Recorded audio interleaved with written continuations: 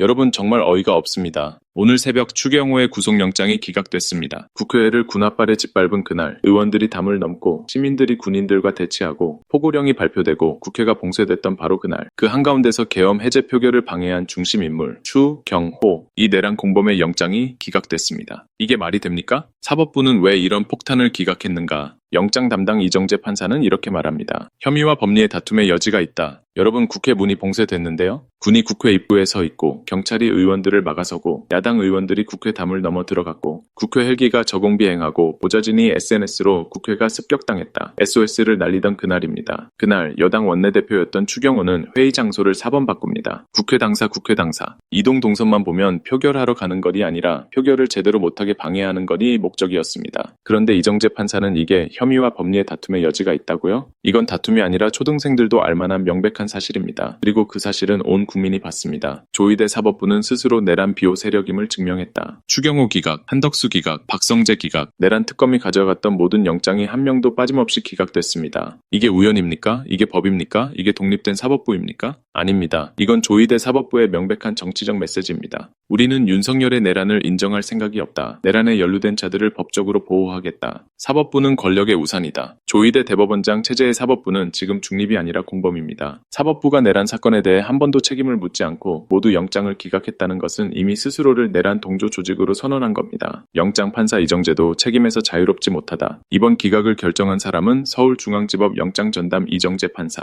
그가 뭐라고 했죠? 도망 우려가 없다? 증거인멸 우려가 없다? 자, 질문 하나만 하겠습니다. 국회를 봉쇄한 군과 경찰의 움직임이 증거입니다. CCTV도 증거입니다. 통화 기록도 증거입니다. 장소 변경도 증거입니다. 그런데 이정재 판사는 증거인멸 우려가 없다고요? 애초에 이미 모든 장면이 남아있기 때문에 증거인멸은 할 수 없는 것이었고 그 말은 곧 증거가 너무 명백해서 오히려 구속 필요성을 못 느꼈다는 얘기. 이게 말이 되는 논리입니까? 국민한 본 말씀인 법리의 다툼? 국민 상식으로 이미 충분하다. 최소한의 상식만 가진 사람은 그날 상황을 보면 이렇게 말합니다. 아, 이건 내란 공모였구나? 그런데 이정재 판사는 법리의 다툼이 있다고 말합니다. 국민은 다 알고 있는데 조희대를 따르는 판사들만 모릅니다. 아니죠. 몰라서가 아니라 모른 척하는 겁니다. 판사들이 모르면 바보고 알면서 이러면 적극적인 공범입니다. 이쯤 되면 사법부 개혁이 아니라 특별재판부 설치가 필수다. 이 사태를 보면 답은 간단합니다. 내란 사건은 일반 사법부에 맡기면 절대 안 됩니다. 내란 전담 특별재판부가 필요합니다. 영장심사도 특별재판부가 맡아야 합니다. 왜? 일반 사법부는 이미 대법원장 조희대 권력과 엮여 있기 때문입니다. 그들은 이미 판결을 내렸습니다. 윤석열의 내란은 인정하지 않겠다. 내란 공모 세력은 절대 구속하지 않겠다. 이런 사법부에 무슨 정의를 기대합니까? 국민 혈세로 고액 연봉 받는 판사들, 그럴 가치가 있는가? 판사는 고액 연봉을 받습니다. 국민 혈세로요. 그런데 그 혈세로 돌아오는 게 뭡니까? 권력 편들기, 내란 동조, 국가 전복 사건 방치? 이럴 거면 차라리 인공지능 AI 판사가 더 낫습니다. 적어도 AI는 권력에게 아부하지 않습니다. AI는 압력에 굴하지 않습니다. AI는 증거를 보면 증거대로 판단합니다. 판사는 권력에 복종하고 AI는 사실에 복종한다면 이 나라에서 더 믿을 수 있는 쪽은 누구입니까? 추경호 영장 기각은 하나의 사건이 아닙니다. 하나의 메시지입니다. 사법부가 스스로 우리는 내란 방조 세력이라고 선언한 날입니다. 하지만